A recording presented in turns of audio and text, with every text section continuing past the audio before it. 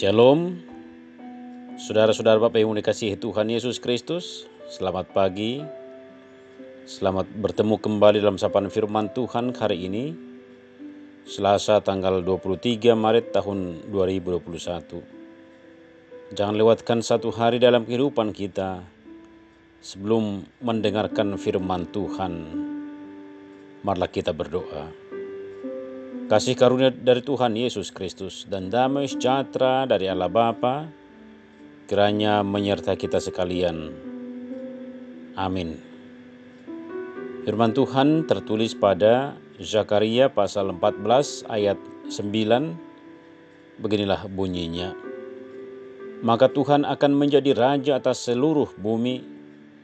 Pada waktu itu Tuhan adalah satu-satunya dan namanya satu-satunya. Demikianlah firman Tuhan. Saudara-saudara, ketika kita mendengar kalimat indah pada waktunya, mungkin pikiran kita segera tertuju pada momen pernikahan. Akan tetapi itu berbeda dengan nats kita pada hari ini. Pernyataan itu menunjukkan waktu tegaknya kedaulatan dan kekuasaan Tuhan di bumi. Saat itu Tuhan akan menjadi raja atas seluruh bumi dan semua orang akan sujud menyembahnya. Saudara-saudara yang kekasih, judul pada pasal 14 firman Tuhan hari ini tentang kemenangan terakhir. Tuhan menjadi raja di Yerusalem, di mana Nabi Zakaria menyatakan kuasa Tuhan di tengah-tengah bangsa Israel yang telah keluar dari penindasan pada masa pembuangan di Babel. Dengan bantuan Raja Kores, Raja Persia, orang Israel yang ikut ke pembuangan dipersilahkan pulang untuk menikmati kebebasan, membangun kembali bangsa Israel yang telah dirusak oleh kerajaan Babel. Melalui nats ini, Zakaria menyatakan kemahakuasaan Tuhan di atas segala kuasa di bumi ini. Saudara-saudara, bagi umat Israel, 70 tahun masa penantian yang panjang untuk bebas dari pembuangan Babel. Pada masa-masa itu, seolah-olah Tuhan tidak berdaya melepaskan umatnya dari penindasan itu. Dan seolah-olah Tuhan tidak peduli lagi kepada umatnya. Namun, Tuhan punya cara untuk mendidik umatnya. Dan Tuhan punya waktu untuk melepaskan umatnya. Dan waktu itu adalah waktu yang indah bagi umat Israel.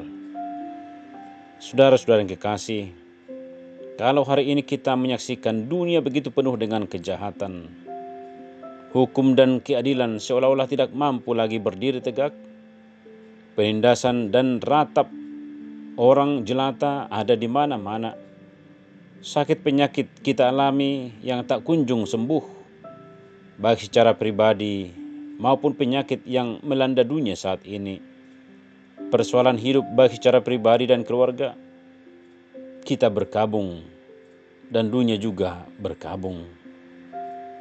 Semua hal itu terjadi, namun bukan berarti Tuhan membiarkan kita atau tidak memperhatikan kita di dalam kesengsaraan kita.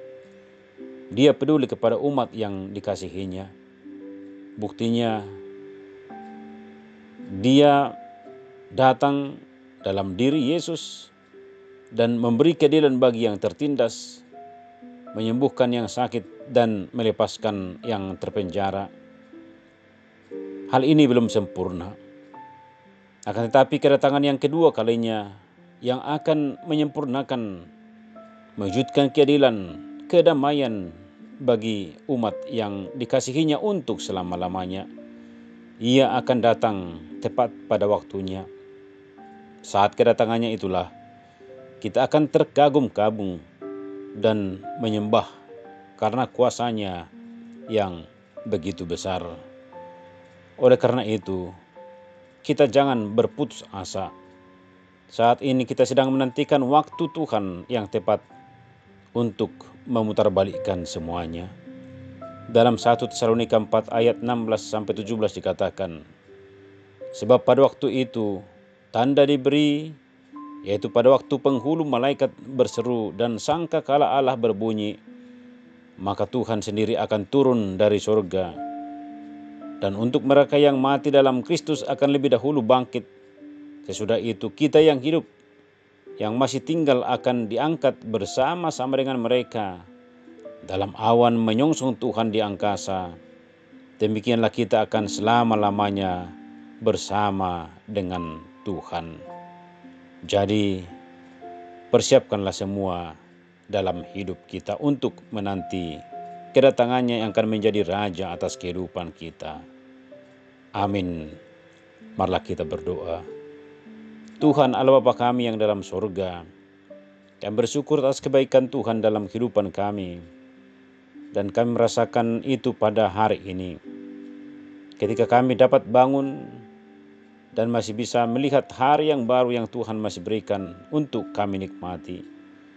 Kami diingatkan oleh firman-Mu untuk senantiasa bersuka cita untuk menanti kedatangan-Mu sebagai Raja yang memberi keadilan atas seluruh ciptaan-Mu.